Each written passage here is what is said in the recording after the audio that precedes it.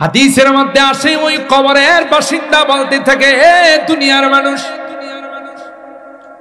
তোরা এত বড় নিষ্ঠুর হবে যদি জানতাম, দুনিয়াতে তোদের সঙ্গে কোনো সম্পর্ক করতাম। কি অপরাধ, কি অপরাধ ছিল রে, আমাকে জঙ্গলের মধ্যে মাটির নিচে শোয়া তোমরা চলে যাচ্ছ। আমার কি অপরাধ, তোমরা কি কেউ আমার সঙ্গে হবে না? দুনিয়ার কোনো মানুষ তার ডাক শুনে না, পশু পাখিরা তার আওয়াজ শুনে। 40 কদম যাওয়ার পর মুনকার নাকির এসে তাকে বলবে, মান রাব্বুক ওয়া মা দীনুক ওয়া মান হাযার রাজুলুল্লাযী বুইসা ফীকুম। বলো রে বলো, তুমি তো একটা দেশের থেকে আরেকটা দেশে আসছো, তোমার পাসপোর্টটা দেখাও, তোমার ভিসা দেখাও। সুবহানাল্লাহ। কোন এক দেশের থেকে আরেক দেশে বিদেশে গেলে পাসপোর্ট চেক করে না?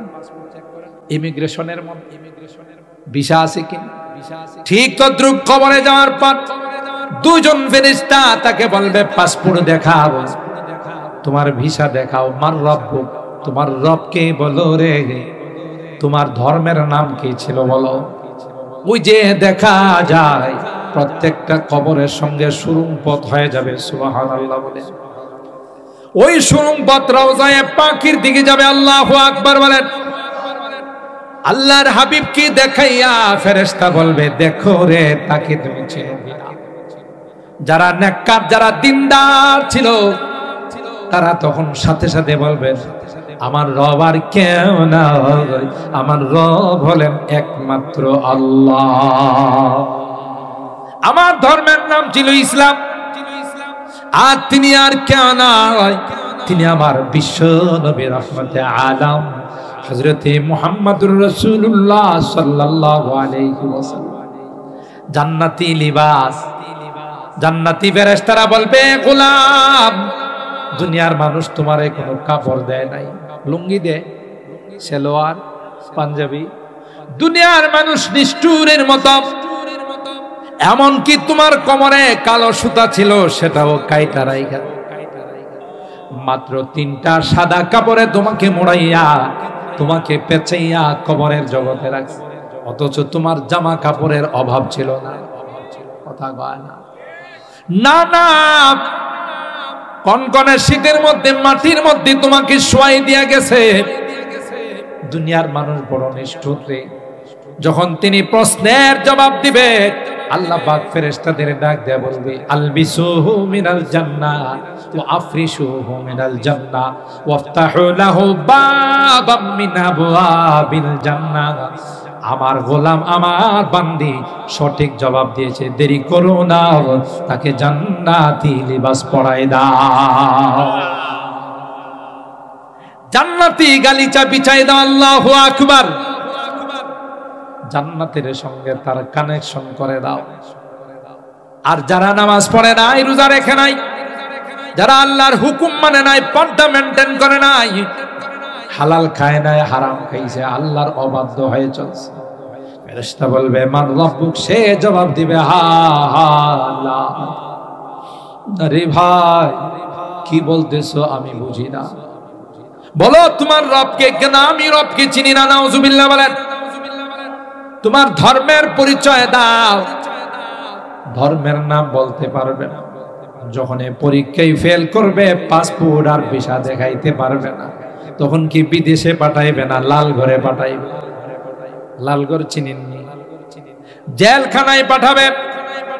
ঠিক আল্লাহ পাক বলেন, আমার হাবিব যতদিন পর্যন্ত আপনার নিকট ইয়াকিন না আসবে, তার যতদিন পর্যন্ত মৃত্যু না আসবে, ততদিন পর্যন্ত আপনাকে ইবাদত করতে হবে। সুবহানাল্লাহ। পৃথিবীর মধ্যে আল্লাহর হাবিব থেকে বড় পীর কেউ আছে? সবার বড় পীর আল্লাহর হাবিব সাল্লাল্লাহু আলাইহি ওয়াসাল্লাম। তাকে যদি কোরআনের মাধ্যমে আল্লাহ এই কথা জানান দিয়ে থাকেন যে মৃত্যু পর্যন্ত আপনার ইবাদত করতে হবে, ইবাদত মাপ নাই, তাইলে আমাদের সমাজে যদি কোনো পীর সাহেব আয়েশা বলে, আমি ইবাদতের ক্লাস পাশ করে ফেলাইছি, এরকমের ভণ্ড আছে না নাই? নামাজ নাই, রোজা নাই, শরীয়তের ধার ধারে না, শরীয়তের বিধানকে মানে না,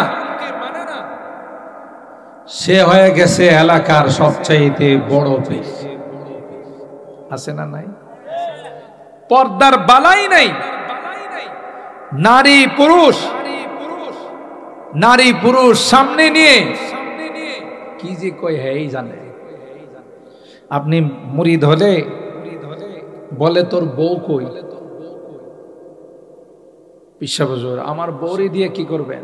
আর গাধা, তুই শুধু জান্নাতে যাবি, তোর বউ জান্নাতে যাওয়া লাগবে না। তা আমার বউ জান্নাতে যাইব, তোকে যেমন আমি মুরিদ কইরা চিন্না রাখতেছি, তোর বউরে যদি না দেখি তো চিনবো কেন? কত বড় বাটফার দেখছে। হে বলে চিন্না রাখা ওই সময় জান্নাতে নিয়ে যাবে। হায় হায়, মুরিদের স্ত্রীকে দেখা যায় আছে না না যায়? তখন মুরিদে তাকে প্রশ্ন করে যে হুজুর, ওলামায়ে কেরাম মসজিদে বলেন, বয়ানে বলেন, বেগানা নারী নাকি তার সাথে পর্দা করা ফরজ। তা আমার বউ তো আপনার জন্য বেগানা, আপনি আমার বউরে দেখলে কোন হয় বলেন? এটা তো শরীয়তের কথা, আমি মারিফতের কথা কইতেছি। পর্দা করা বলে শরীয়তের কথা, হ্যাঁ কোন কথা কয়? মৌলবীরা তো শরীয়ত জানে, আমি জানি মারিফত। মারিফতের ভাষায় তোর স্ত্রী যখন আমার কাছে মুরিদ হইয়া যাইব, হে আমার রুহানি সন্তান, বাপ বেটির মধ্যে পর্দা নাই। চিন্তা করছে কত বড় ধোঁকাবাজ। মুরিদ করলি কি বেটি হয়ে যায়?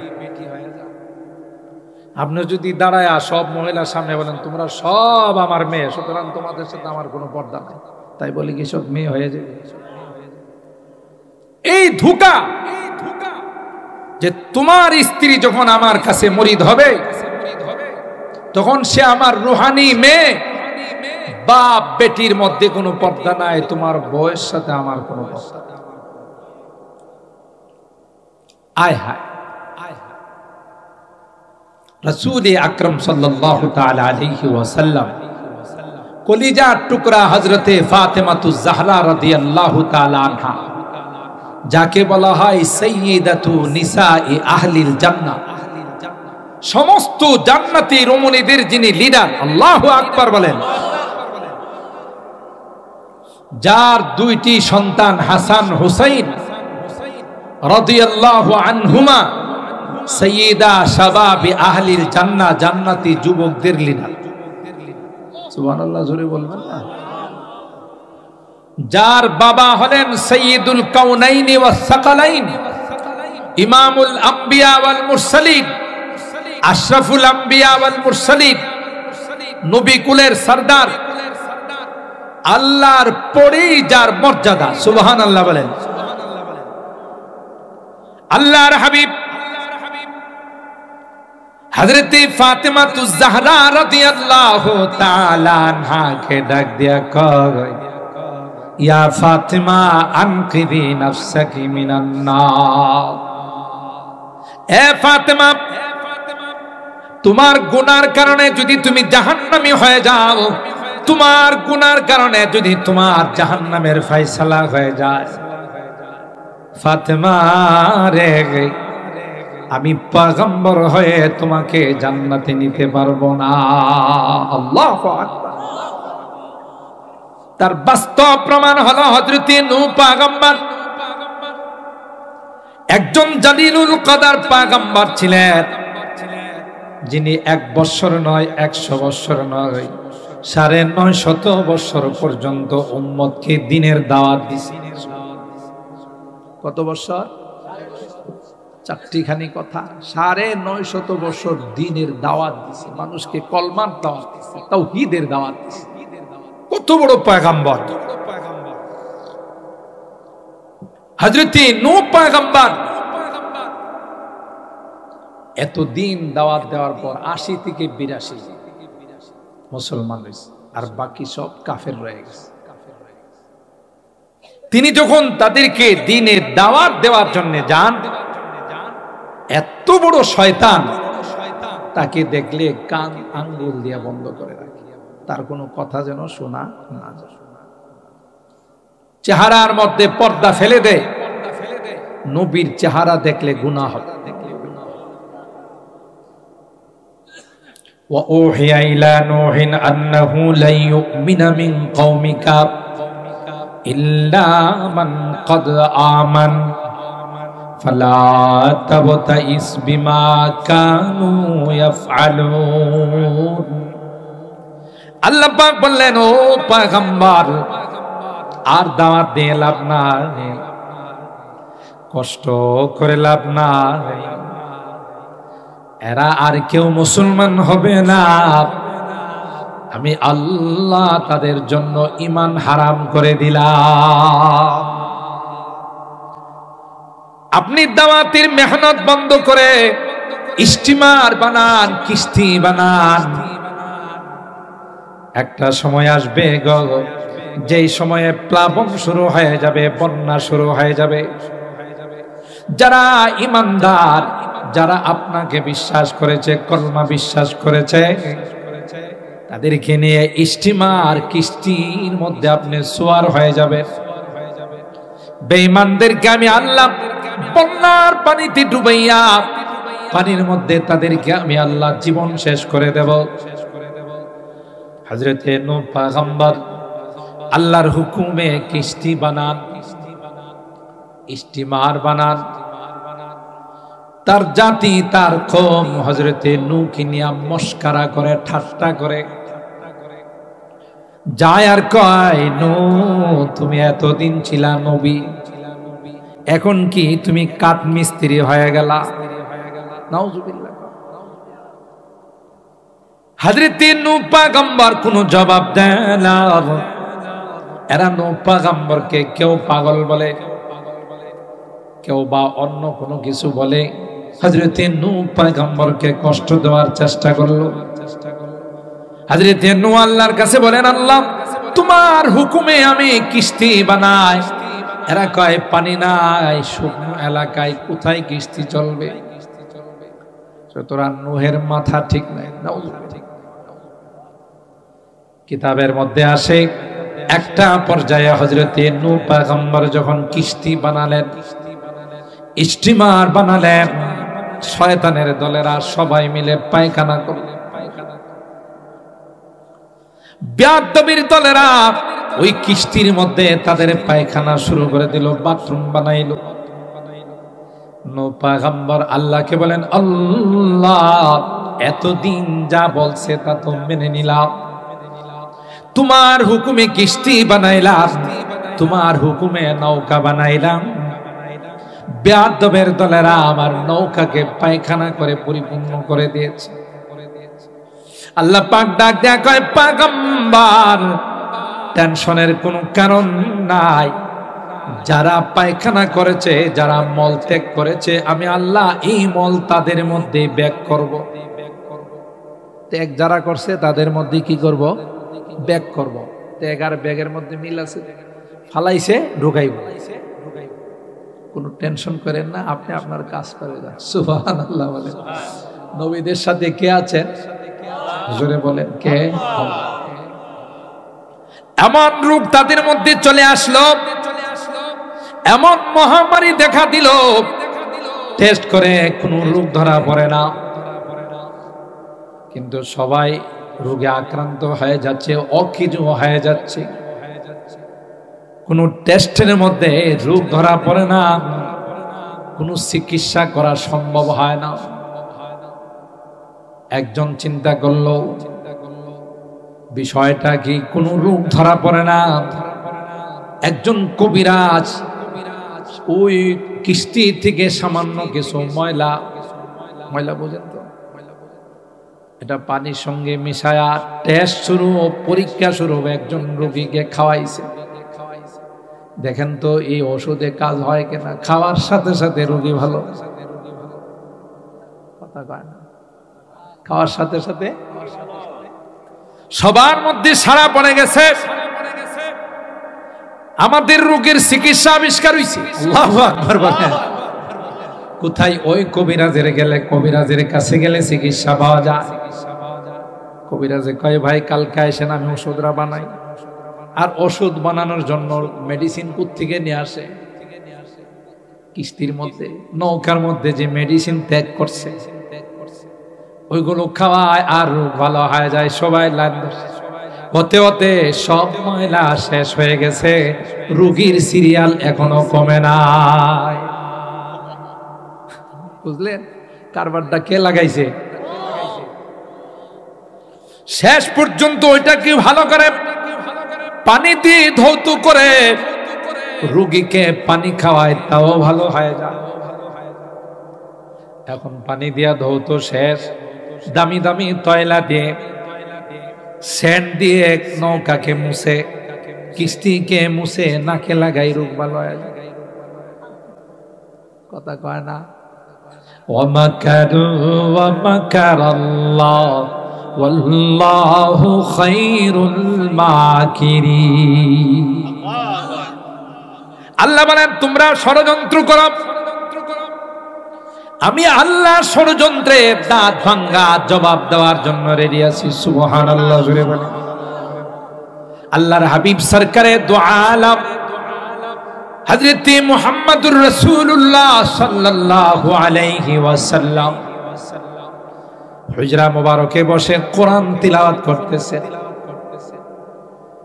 গভীর রজনীতে সূরা ইয়াসিন তিলাওয়াত করতেছেন। ইয়াসিন ওয়াল কুরআনিল হাকীম ইন্নাকা লামিনাল মুরসালিন আলা সিরাতিন মুস্তাকিম। পার্লামেন্টের মধ্যে সিদ্ধান্ত হয়ে গেল, যে পার্লামেন্টের স্পিকার ছিল মিস্টার আবু জাহেল। কে? পার্লামেন্টের মধ্যে সিদ্ধান্ত হয়ে গেল মুহাম্মদকে আর দুনিয়াতে রাখা যাবে না, মুহাম্মদকে হত্যা করা ছাড়া কোনো বিকল্প নাই। স্পিকার আবু জাহেল সিদ্ধান্ত দিলেন। তখন শয়তান স্পিকারকে বলল, না না, সিদ্ধান্তটা এখনো পরিপূর্ণ হয় নাই।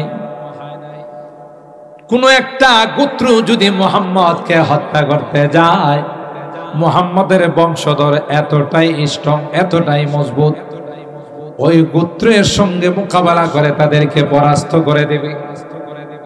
তাই এককভাবে কেউ যদি মুহাম্মদকে হত্যা করে এটাকে সামাল দেওয়া যাবে না। প্রত্যেক গোত্র থেকে একজন করে মুহাম্মদের হত্যা মিশনে শরীক হতে হবে। মুহাম্মদের হত্যা মিশনে কি করতে হবে? শরীক হতে হবে। যদি মুহাম্মদের হত্যা মিশনে সবাই মিলে শরীক হয়, মুহাম্মদের বংশধর কয়জনের মোকাবেলা করবে?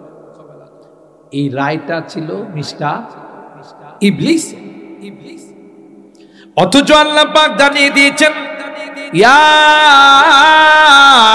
আইয়ুহার রাসূল বাল্লিগ মা উনজিলা ইলাইকা মির রাব্বিক ওয়া ইন লাম তাফআল ফামা বাল্লাগতা রিসালাতা ওয়াল্লাহু ইয়াসিমুকা মিনান নাস। হে আমার হাবিব, আপনি দাওয়াতের কাজ, তাওহীদের দাওয়াত, আমার একত্ববাদীর দাওয়াত আপনি দিতে থাকেন। মানুষের হত্যার ভয় করবেন না, মানুষ আপনাকে শেষ করে ফেলবে এই ভয় আপনি করবেন না। আমি আল্লাহ আপনার হিফাজতের দায়িত্ব নেব। কে নিয়েছেন? আল্লাহ। যার দায়িত্ব আল্লাহ নেই, তাকে পৃথিবীর কেউ হত্যা করতে পারে না। এই বিশ্বাস আমার রাসূলের আছে না নাই? আছে। কথা লম্বা হয়ে যাচ্ছে। বুখারী শরীফের হাদিস, রাসূল আকরাম সাল্লাল্লাহু তাআলা আলাইহি ওয়াসাল্লাম যুদ্ধের থেকে আসার পর ক্লান্ত হয়ে গেছে, এক জায়গায় বিশ্রাম নেওয়ার সিদ্ধান্ত নিলেন। সমস্ত সাহাবায়ে কেরাম যার যার তলোয়ার গাছের মধ্যে লটকায়া গাছের নিচে বৃক্ষের নিচে বিশ্রাম করতেছে। আল্লাহর হাবিবও এক জায়গায় বৃক্ষের নিচে গাছের নিচে তার তলোয়ার ঝুলায়া বিশ্রাম করতেছে। গৌরেস নামক একজন কাফের, আল্লাহর হাবিবের দুশমন, এবং আল্লাহর হাবিবকে সুযোগ পেলেই হত্যা করে ফেলে।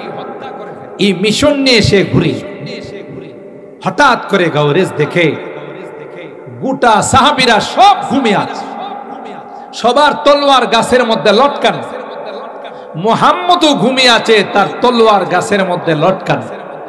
এবার এই কাফের মনে করছে মুহাম্মদকে এই সুবর্ণ সুযোগে হত্যা করা ছাড়া আর কোন রাস্তা নেই। নাউজুবিল্লাহ। এই সুযোগ ছাড়া তাকে আর হত্যা করা যাবে না। তলোয়ার নিয়ে মার্চ করে ওই গৌরেস নামক আল্লাহর নবীর দুশমন হুজুর আকরাম সাল্লাল্লাহু তাআলা আলাইহি ওয়াসাল্লামের কাছে গিয়ে আরবদের একটা নিয়ম ছিল, এটা এরা আমাদের মতো চোরা গুপ্তা হামলা করতো না, ফাইট করা, ফাইটের মার করা, যে কারো সাথে কারো গন্ডগোল হলে যায় কোনার মধ্যে বসে থাকে, রাস্তার নিচে বসে থাকে, ওই লোকটা আসলে তার উপরে আক্রমণ করে। এটারে বলে বাংলাতে চোরা গুপ্তা হামলা। কথা কন, অতর্কিত হামলা, চোরা গুপ্তা হামলা।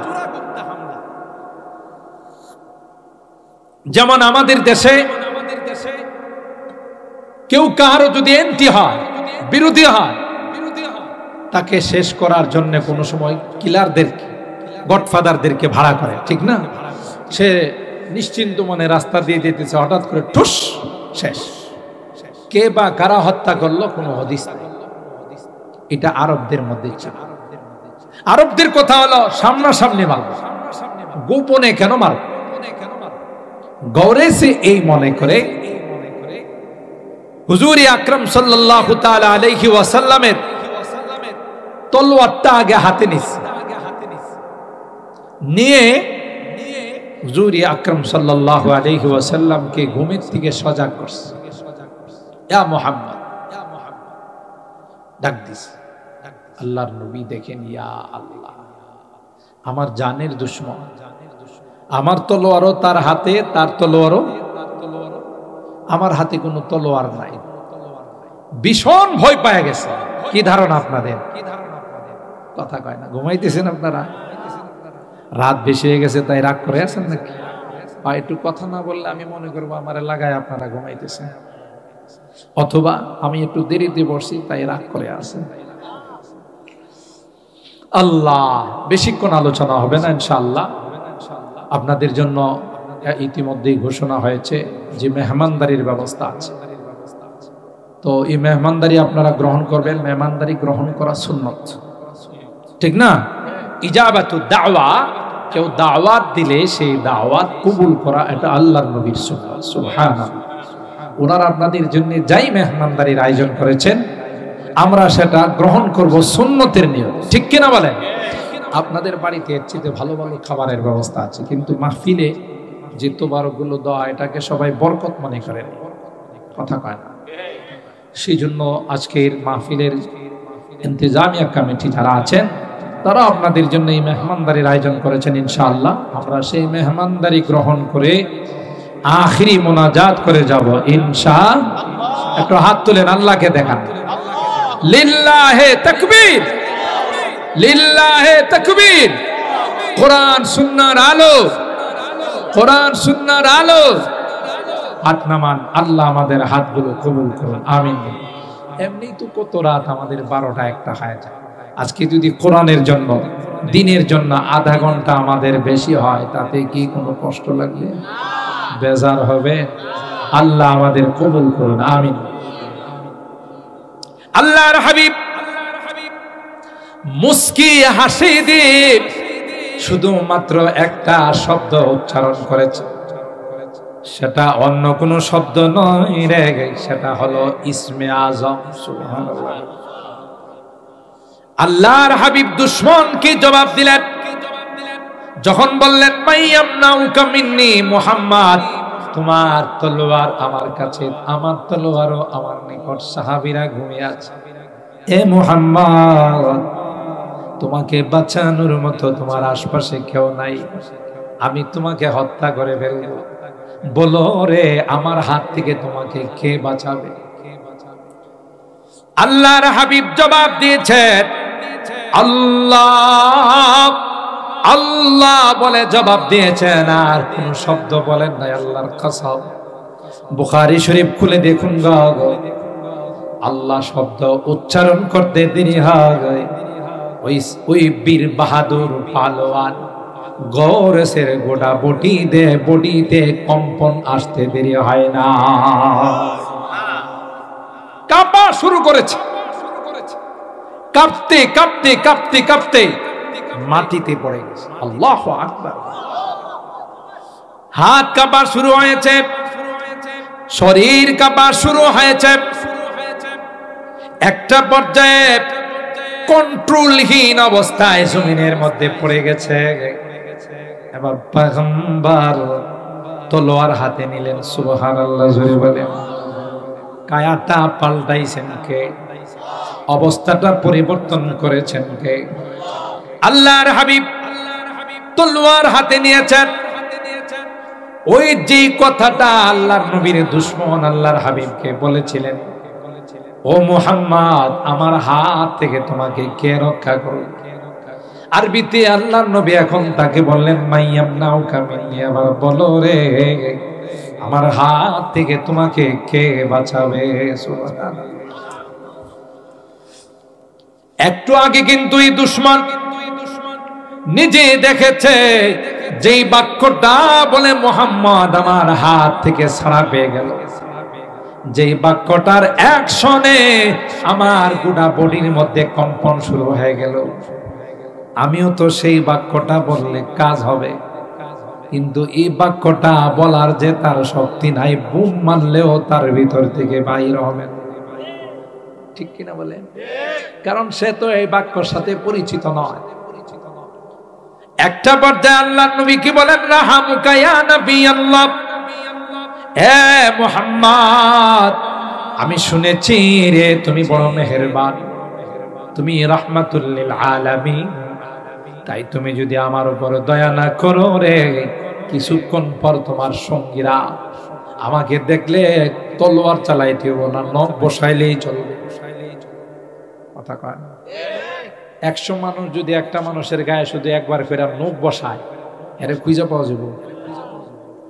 তলোয়ার চালাইতে হবে না, শুধু নখ বসাইলেই আমি শেষ। তাই তুমি যদি আমার উপর রহম না করো, আমার উপর দয়া না করো, আমার বাঁচার কোনো উপায় নাই, মেহেরবানি করে যদি তুমি আমাকে মাফ করে দাও।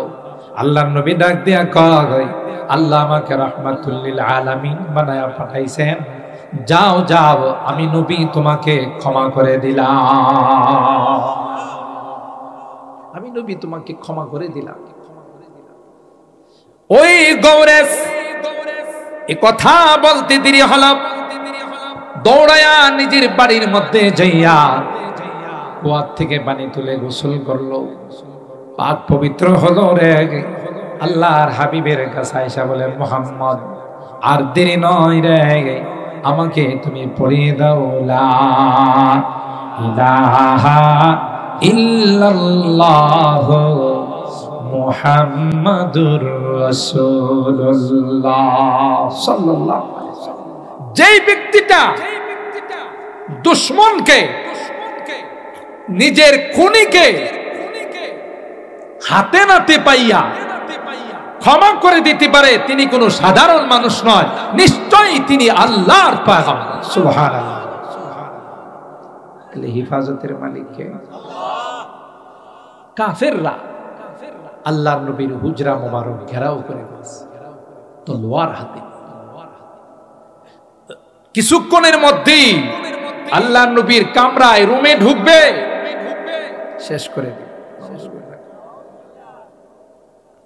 হযরত জিবরাইল আমিন আল্লাহর নবীর হুজরা মোবারকে ঢুকে রুমের মধ্যে ঢুকে বলে, ও আল্লাহর পয়গম্বর, বাহিরের খবর কি আপনি জানেন? বলে, না ভাই জিবরাইল, জানি না। কি হয়েছে বাহিরে? সমস্ত দুশমনরা আপনাকে হত্যা করার জন্য, আপনাকে জীবনের তরে শেষ করে দেওয়ার জন্য তলোয়ার নিয়ে বাহিরে দাঁড়িয়ে আছে। আল্লাহর হুকুম হলো এক্ষুনি আপনাকে ঘর থেকে বের হয়ে যাইতে হবে। সুবহানাল্লাহ। এ ভাই জিবরাইল, কি করে বের হব? কি করে বাহির হব? চতুর্দিকে তলোয়ার নিয়ে মহড়া। বাহির হলেই তো আমাকে হত্যা করে বলবে। না না, আপনি হাতের মুষ্টির মধ্যে এক মুষ্টি বালু নিয়ে যখন ফুৎকার মারবেন, ফু দিবেন, মহান রব্বুল আলামিন চতুর্দিকে কাফেরদের চোখের মধ্যে পৌঁছাই দিবে। আল্লাহর হাবিব সামান্য কিছু বালু নিয়ে শাহাতিল ওযু বলে, আল্লাহ এই বালুগুলো কাফেরদের চোখের মধ্যে তুমি পৌঁছাই দিও। বলতে দেরি হয়, রব্বে কারীম প্রত্যেকটা কাফেরের চোখের মধ্যে এই বালুগুলো পৌঁছাই দিল। শুধু পৌঁছে দিয়ে চিন্তা নাই, বালুগুলো চোখের মধ্যে লাগার সাথে সাথে এমন ভাবে জ্বালা পোড়া শুরু হয়ে গেছে, মরিচের গোড়া লাগাইলে যেমন জ্বলে, তার চেয়েতেও অনেক গুণ বেশি জ্বালা পোড়া শুরু হয়ে গেল। আল্লাহু আকবার বলে দুই হাত দিয়ে চোখ কসলাই, দুই হাত দিয়ে চোখ সামলায়, তলোয়ার কে হাতে না মাটিতে? কথা কয় না, তলোয়ার হাতে না মাটিতে। আল্লাহর নবী ধাক্কা দিয়ে বের হয়ে যান। এদের খবর না আগে রাত্রের বেলায় আবু বকরকে নিয়ে গারে সাউরের মধ্যে আত্মগোপন করেন। সুবহানাল্লাহ। এ মুসলমান, সুতরাং যারা নবীদের সঙ্গে ষড়যন্ত্র করে, নবীদের সঙ্গে যারা দুশমনি করে, তাদের জবাব কে দেন? আরো জোরে বলতে হবে কে? হযরতে নূহ পয়গম্বর কিস্তি বানালেন, মনে আছে না? ভুলে গেছে? হযরতে নূহ পয়গম্বর কিস্তি বানালেন। যারা বেয়াদবি করেছিল তাদেরকে দিয়ে আবার এই কিস্তি আল্লাহ তাআলা পরিষ্কার করাইলেন। জোরে বলুন ঠিক কি না? নূহ পয়গম্বর ডাক দেয়া কয়, সবর করো রে, বেশি দূরে নয়, ওই দিন বেশি দূরে না, যেদিন বন্যা শুরু হয়ে যাবে, প্লাবন শুরু হয়ে যাবে, তোমাদের কেউ ঈমান ছাড়া বন্যার হাত থেকে বাঁচতে পারবে না। কে ঘোষণা দিয়েছে? হযরত নূহ পয়গম্বর। কার অর্ডারে? আল্লাহ। আমার ভাইরা, অনেক লম্বা ঘটনা। প্লাবন শুরু হয়ে গেল, বন্যা শুরু হয়ে গেল। ঈমানদার যারা, তাদেরকে হযরত নূহ পয়গম্বর বেছে বেছে কিস্তির মধ্যে, নৌকার মধ্যে উঠাইলেন। বেঈমানরা রয়ে গেল। ওই বেঈমানদের মধ্যে হযরত নূহ পয়গম্বরের সন্তানকে না ছিল। নূহ পয়গম্বরের স্ত্রী ওয়াহিলা ছিল। নিজের স্ত্রীও তার উপর ঈমান আনে নাই, সন্তানও তাকে বিশ্বাস করে নাই। যখন এই ঢেউ শুরু হয়ে গেল, প্রচন্ড ঢেউয়ের মধ্যে হযরত নূহ পয়গম্বরের সামনে বিশাল ঢেউ আসতেছে। কেনানকে ডাক দিয়া কয়, ইয়া বুনাইয়া কাম মা'ানা ওয়ালা তাকুম মা'আল কাফিরিন। এ প্রিয় কলিজার টুকরা সন্তান, এখনো সময় আছে, ঈমানদার হয়ে গে মার নৌকায় উঠে যাও, তাইলে মহামারীর হাত থেকে, প্লাবনের হাত থেকে বাঁচতে পারবে। আর যদি তাদের সঙ্গে থাকো, তাহলে মৃত্যু ছাড়া তোমার কোনো উপায় থাকবে না। কপাল পোড়া সন্তান। কেন? বাবারে ডাক দিয়া কি কই জানেন? ক্বালা সাআবি ইলা জাবালি ইয়াসিমুনি মিনাল মা ক্বালা লা আশিমাল ইয়াওমা মিন আমরিল্লাহ ইল্লা মান রাহিম ওয়া হালা বাইনাহুমাল মাওজু ফাকানা মিনাল মুরাকিন। প্রচন্ড ঢেউ, কিন্তু কেনান তার বাবা হযরতে নূহকে ডাক দিয়া বলে, তোমার নৌকায় ওটা লাগবে না, পাহাড়ের উপরে যায় আশ্রয় নিব। বন্যার বাপেরও ক্ষমতা নাই পাহাড়ের উপরে। আচ্ছা বলুন তো দেখি, যেই পানি সাগরে থাকে এই পানি কি পাহাড়ে যাইতে পারে না? কার অর্ডারে? এই যে চট্টগ্রামে যে সিডর গুলো হয়েছিল, সাইক্লোন হারিকেন গুলো হয়েছিল, আমরা জানি না ইতিহাস? 5 তলা 6 তলা বিল্ডিং এর উপর দিয়ে সাগরের পানিগুলো বিল্ডিং ভেঙ্গে চুরমার করে লক্ষ লক্ষ মানুষের সলিল সমাধি হয়েছে পানির মধ্যে, ঠিক কিনা বলেন? এই পানি কি ছাদের উপরে থাকে? কিন্তু যে পানি বর্তমানে নদীতে আছে, সাগরে আছে, মেঘনা নদীতে আছে, যমুনা নদীতে আছে, পদ্মাতে আছে, তিতাসে আছে, এই পানির যদি আল্লাহ অর্ডার দেয় নোয়াগাঁও আসতে পারে না? যদি বলেন ক্ষমতা আছে না? না। হযরত নূহ বললেন, বাবা আল্লাহর হুকুম ছাড়া আজকে বাঁচার কোনো উপায় নাই। আমি পাহাড়ে যাই আশ্রয় নিব। কপাল কেমন হাজার হলেও বাবার সামনে সন্তান পানির মধ্যে ডুবে মারা যাবে, বাবার বরদাস্ত হয় নাই। একটা পর্যায়ে আল্লাহর কাছে হাত তুলে হযরত নূহ পয়গম্বর কয়, রব্বি বিনিলি বিনালি ওয়া ইন্না ওয়াদাকাল হক ওয়া আনতা আহকামুল হাকিমিন। আল্লাহ, কেনান তো আমার ঔরুজ্জার সন্তান, তুমি না ওয়াদা করেছো আমার পরিবারের যারা আছে তাদেরকে তুমি রক্ষা করবা। আমার সন্তান আমার সামনে পানিতে ডুবে মারা যাচ্ছে, তুমি কি আমার সন্তানকে বাঁচাইবা না? সাথে সাথে আসমান থেকে আওয়াজ আসলো, ক্বালা ইয়া নূহ ইন্নাহু লাইসা মিন আহলিক ইন্নাহু আমালুন গায়রু সালিহ ফালা তাসআলনি মা লাইসা লাকা বিহি ইন্নী আইযুকা আন তাকুনা মিনাল জাহিলিন। দ্বিতীয়বার যদি কেনানকে তোমার সন্তান বলে দাবি করো, তাহলে নবুয়তের দফতর থেকে তোমার নাম কর্তন করে দেওয়া হবে। আল্লাহু আকবার বলে। কি বুঝা গেল? কেনান কি নূহ নবীর সন্তান নয়? কিন্তু বলতেছেন আল্লাহ, যে সন্তান তোমার দাওয়াত গ্রহণ করে নাই, যে সন্তান ইসলাম গ্রহণ করে নাই, একে কোনোদিন তোমার সন্তান বলে দাবি করতে পারবে না। সুবহানাল্লাহ। নূহ নবী কি তার সন্তানকে বাঁচাইতে পারছে? স্ত্রীকে? তাহলে ভণ্ড যদি আইসা কয় আমার কাছে মরে দিলে কিচ্ছু লাগবে না, আমি তোর জান্নাতের জিম্মাদার, হে যে ভণ্ড, আর কোন দলিলের দরকার আছে? মনে আছে শুরুর কথা? এই যে ভণ্ডরা, আল্লাহ পাক রব্বুল আলামিন তার হাবিবকে যেখানে বলেন মৃত্যু পর্যন্ত আপনি ইবাদত করেন,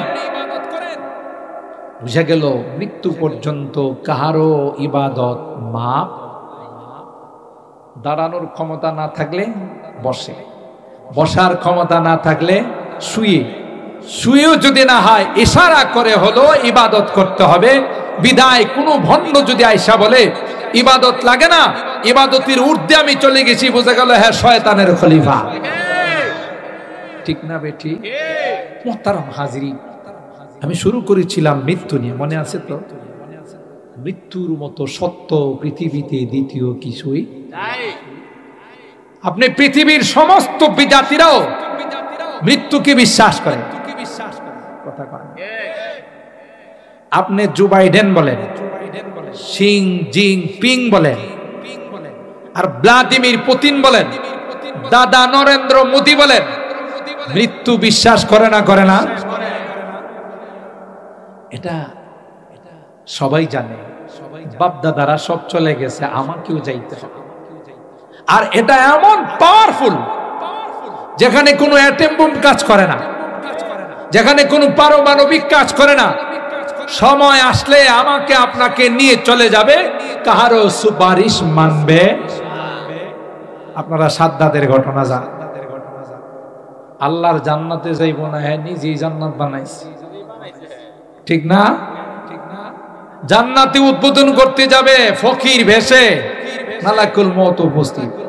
চাচা 5টা টাকা দেন। কিরে তুই আর টাকা চাওয়ার সময় পাইছস না? আমার এই বিশাল জান্নাত আজকে উদ্বোধন করতে যাব, তুই এখানে সব না দিলে যাবো না। তুই তো বেশি বাড়াবাড়ি করতেছস। এই পুলিশ ধর। চাচা আমি মালা,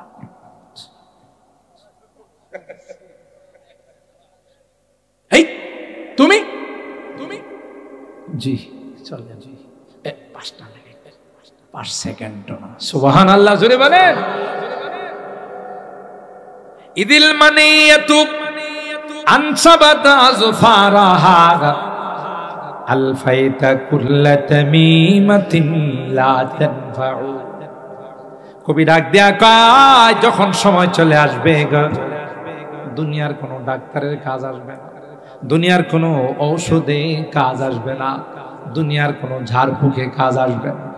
সময় নির্ধারণ করা, সময় আসতে দেরি হবে, দুনিয়ার থেকে যাইতে দেরি হবে না, ঠিক কিনা বলে? তাই আমার ভাইরা, আল্লাহ পাক বলেন দুনিয়ার জিন্দেগিটা তোমার যেমন হবে বরজখের জিন্দেগি, কবরের জিন্দেগিটা তোমার তেমন হবে। দুনিয়ার জিন্দেগি যদি নেকের জিন্দেগি হয়, দুনিয়ার জিন্দেগি যদি তোমার সৎ হয়, তোমার কবরের জিন্দেগিটাও সুন্দর হবে। সুবহানাল্লাহ। আর যদি দুনিয়ার জিন্দেগি তোমার খারাপ হয়, দুনিয়ার জিন্দেগি যদি গুনার মধ্যে অতিবাহিত হয়, নামাজ পড়ো নাই, রোজা রাখো নাই, হালাল খাও নাই, হারাম খাইছো, হারাম করছো, আল্লাহর কসম দুনিয়াটা পরীক্ষার হল। হলের মধ্যে যখন কোনো ছাত্র ছাত্রী পরীক্ষা দিতে যায়,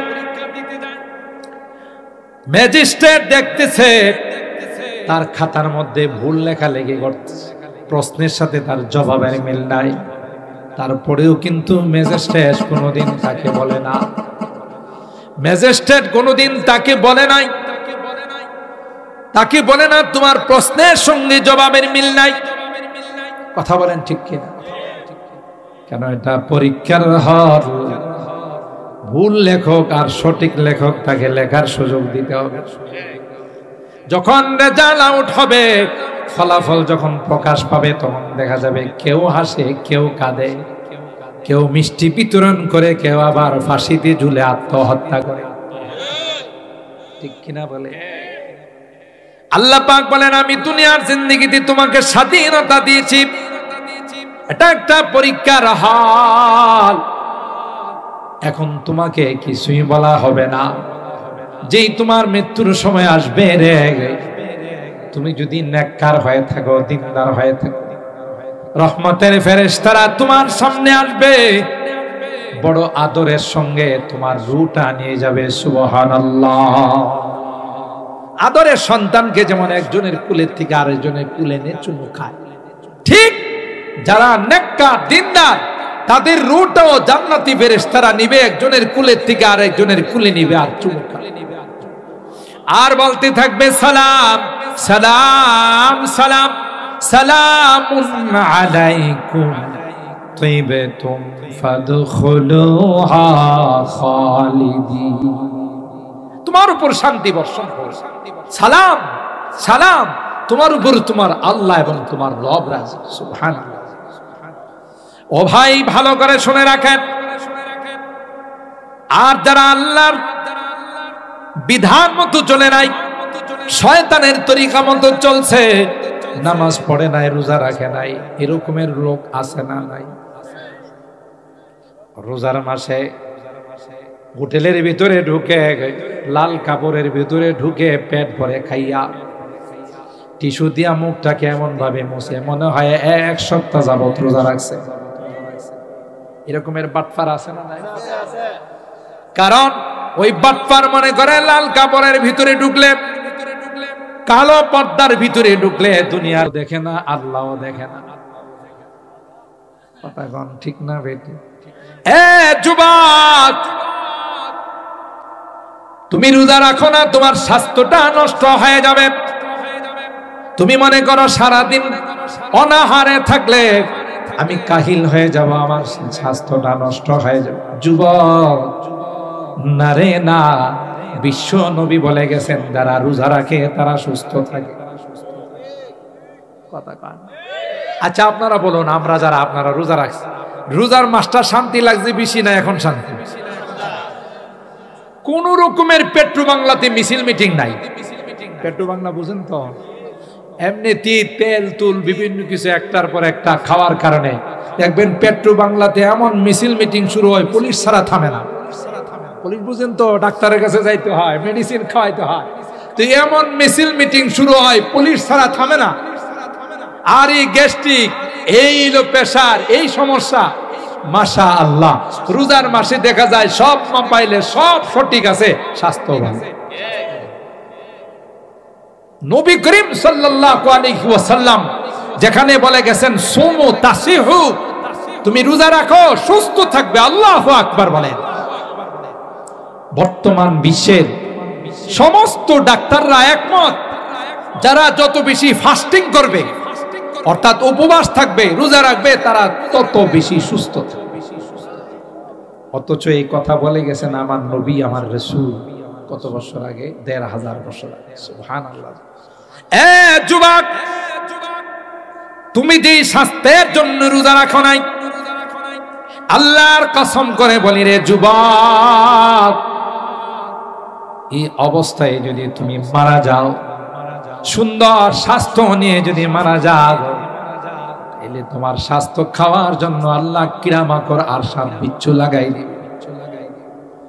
আর যদি আল্লাহর সাধনা করে রমজান মাসের রোজা রেখে যদি যুবক মারা যাও, ওই রোজা আল্লাহর আদালতে তোমার জন্য সুপারিশ করবে। আল্লাহু আকবার।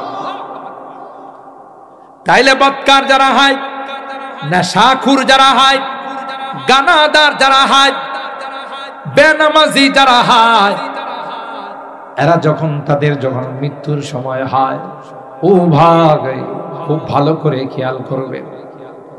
বৎসরাত অদ্ভুত আকৃতি, ভয়ঙ্কর আকৃতির ফেরেশতা তার সামনে আসে, যেই ফেরেশতার চোখ দেখলে, চেহারা দেখলে কলিজায় পানি থাকে, প্রায় বলতে থাকে আমার একটু পানি দাও, পানি দাও, আমার গলাটা শুকিয়ে যাচ্ছে, আমার কলিজাটা শুকিয়ে যাচ্ছে।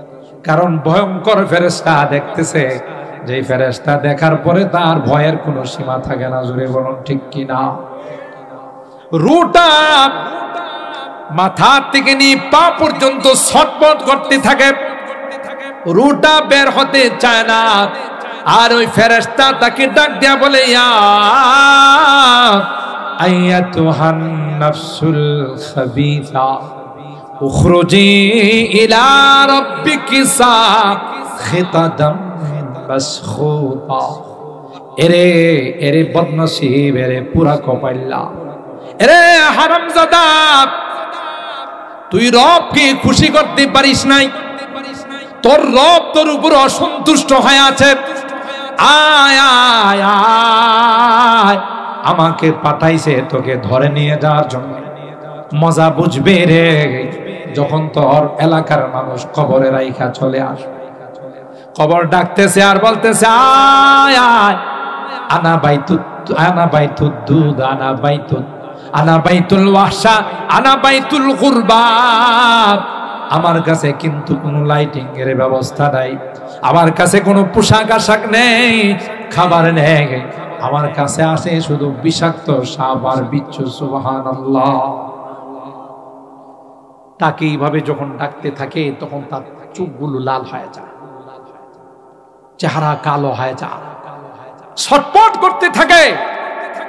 লোহার চিরুনি দিয়ে ওই রোটাকে মাথার থেকে টান দিয়ে পায়ের নিচে দিয়ে বের করে। অনেক সময় দেখা যায় জিহ্বায় কামড় দেয়া থাকে। মৃত্যুর সময় এরকম দেখা যায় না, চোখ উল্টায় রয়েছে। এই হলো ঘটনা। মুহতারাম হাজিরিন, বড় ভয়ঙ্কর এক জগৎ, কবরের জগৎ। আপনার কলিজার টুকরা সন্তান আপনার কবরের সঙ্গে হবে। বেশির থেকে বেশি আপনার লাশটা কবরে নামাবে। কাফনের গিরাটা খুলে থাকবে না, চলে আসবে। কাফনের গিরাটা খুইলা 2 হাত দিয়ে উপরে চলে আসবে। সবাই বলতেছে উপরে ওঠো, বাস দেব। আমাকে আপনাকে এমন ভাবে কবরে রাখা হয়, প্রথমে আমাকে কবরে মাটির মধ্যে শোয়ানো হয়, তারপরে চাটাই দিয়ে আমাকে ঢেকে দেওয়া হয়, এরপরে আমার আপনার কবরের মধ্যে বাঁশ দেওয়া হয়, বাঁশের পরে আবার চাটাই দিয়ে মাটি দেওয়া। একথা বুঝানো হয়। দুনিয়ার মানুষ বলে তুমি 1000 চেষ্টা করলেও আর কবর থেকে বাইর হতে পারবা না। হাদিসের মধ্যে আসে ওই কবরের বাসিন্দা বলতে থাকে, হে দুনিয়ার মানুষ, তোরা এত বড় নিষ্ঠুর হবে যদি জানতাম, দুনিয়াতে তোদের সঙ্গে কোনো সম্পর্ক করতাম। কি অপরাধ, কি অপরাধ ছিল রে, আমাকে জঙ্গলের মধ্যে মাটির নিচে শোয়া তোমরা চলে যাচ্ছ। আমার কি অপরাধ, তোমরা কি কেউ আমার সঙ্গে হবে না? দুনিয়ার কোনো মানুষ তার ডাক শুনে না, পশু পাখিরা তার আওয়াজ শুনে 40 কদম যাওয়ার পর মুনকার নাকির এসে তাকে বলবে মা রাব্বুক ওয়া মা দীনুক ওয়া মান হাযার রাজুলুল্লাযী বুইসা ফীকুম। বলো রে বলো, তুমি তো একটা দেশের থেকে আরেকটা দেশে আসছো, তোমার পাসপোর্টটা দেখাও, তোমার ভিসা দেখাও। সুবহানাল্লাহ। কোন এক দেশের থেকে আরেক দেশে বিদেশে গেলে পাসপোর্ট চেক করে না? ইমিগ্রেশনের মধ্যে ভিসা আছে কি? ঠিক তদ্রুপ কবরে যাওয়ার পর 2 জন ফেরেশতা তাকে বলবে পাসপোর্ট দেখাও, তোমার ভিসা দেখাও। মার রব্বুক, তোমার রবকে বলো রে, তোমার ধর্মের নাম কি ছিল বলো। ওই যে দেখা যায় প্রত্যেকটা কবরের সঙ্গে সুরুং পথ হয়ে যাবে। সুবহানাল্লাহ বলে ওই সুরুং পথ রওজায়ে পাখির দিকে যাবে। আল্লাহু আকবার বলেন। আল্লাহর হাবিব কি দেখাইয়া ফেরেশতা বলবে দেখো রে, তাকে তুমি চেনো কিনা? যারা নেককার, যারা দিনদার ছিল, তারা তখন সাথে সাথে বলবেন আমার রব আর কেউ না, আমার রব হলেন একমাত্র আল্লাহ। আমার ধর্মের নাম ছিল ইসলাম, আর তিনি আর কেউ নয়, তিনি আমার বিশ্ব নবী রহমতে আলম হযরতে মুহাম্মদুর রাসূলুল্লাহ সাল্লাল্লাহু আলাইহি ওয়াসাল্লাম। জান্নাতি লিবাস, জান্নাতি ফেরেশতারা বলবে গোলাম, দুনিয়ার মানুষ তোমারে কোনো কাপড় দেয় নাই, লুঙ্গি দেয়, সালোয়ার, পাঞ্জাবি। দুনিয়ার মানুষ নিষ্ঠুরের মতো, এমনকি তোমার কোমরে কালো সুতা ছিল সেটাও কাইটা রাইখা মাত্র 3টা সাদা কাপড়ে তোমাকে মোড়াইয়া, তোমাকে পেঁচাইয়া কবরের জগতে রাখছে। অথচ তোমার জামা কাপড়ের অভাব ছিল না। কথা কয় না? না না, কনকনে শীতের মধ্যে মাটির মধ্যে তোমাকে শোয়াই দিয়া গেছে। দুনিয়ার মানুষ বড় নিষ্ঠুর রে। যখন তিনি প্রশ্নের জবাব দিবে, আল্লাহ পাক ফেরেশতাদের ডাক দেয়া বলবে আলবিসুহু মিনাল জান্নাহ ওয়া আফরিশুহু মিনাল জান্নাহ ওয়াফতাহু লাহু বাবাম মিন আবওয়াবিল জান্নাহ। আমার গোলাম, আমার বান্দি সঠিক জবাব দিয়েছে, দেরি করো না, তাকে জান্নাতি লিবাস পরায় দাও, জান্নাতি গালিচা বিছাই দাও। আল্লাহু আকবার। জান্নাতের সঙ্গে তার কানেকশন করে দাও। আর যারা নামাজ পড়ে নাই, রোজা রেখে নাই, যারা আল্লাহর হুকুম মানে নাই, পর্দা মেনটেন করে নাই, হালাল খায় নাই, হারাম খাইছে, আল্লাহর অবাধ্য হয়ে চলছে, ফেরেশতা বলবে মান রব্বুক, সে জবাব দিবে হা হা লা। আরে ভাই কি বলতেছো আমি বুঝি না, বলো তোমার রবকে কেন? আমি রবকে চিনি না। নাউজুবিল্লাহ বলেন। তোমার ধর্মের পরিচয় দাও। ধর্মের নাম বলতে পারবে না, যখন পরীক্ষায় ফেল করবে পাসপোর্ট আর ভিসা দেখাইতে পারবে না, তখন কি বিদেশে পাঠাইবে না লাল ঘরে পাঠাইবে? লাল ঘর চিনেননি? জেলখানায় পাঠাবে। ঠিক ফেরেশতাদের প্রশ্নের জবাব যখন দিতে পারবে না, তখন তার উপর শাস্তি শুরু হয়ে যাবে। দুই পাশের মাটি আইসা এমন চাপ দিবে, এমন চাপ দিবে, পয়গম্বর বলেন হাকাদা ওয়াসাব্বাকা বাইনা আসাবিহি, হাতের আঙ্গুল যেমন একটা আরেকটার ভিতরে ঢুকে যায়, মাটির চাপের কারণে বাম পাজরের হাড্ডি ডান পাজরে যায় ঢুকে যাবে। বাঁচাও বাঁচাও বলে চিৎকার করবে, কেউ তার পাশে আসবে। পশু পাখিরা শুনবে, এরা গাছের থেকে উড়াল দিয়া চলে যাবে। কবরে যদি কোনো গরু বাছুর খুঁড়া দেওয়া হয়, দেখবেন রশি সেরা দূর মারে, কেন তার কান্নার আওয়াজ শুনতেছে। আল্লাহু আকবার। সেই কবরের প্রস্তুতি নেওয়ার দরকার আছে না ভাই? কই দিনের জিন্দেগি? 50, 60, 70। দেখেন না যারা এখানে মুরব্বীরা আছেন সাদা দাড়িওয়ালা, একদিন যুবক ছিলেন না? লোহা খায়া হজম করার মতো শক্তি ছিল, আর এখন বসলে দাঁড়াইতে পারে না, দাঁড়াইলে জীবনটা কি এরকম থাকবে? জীবনটার মধ্যে ভাটা শুরু হয়ে যাবে, একটা সময় ডাক আসবে কবরে। তাইলে এখনই আমাদের জিন্দেগি শুধরানোর দরকার আছে না?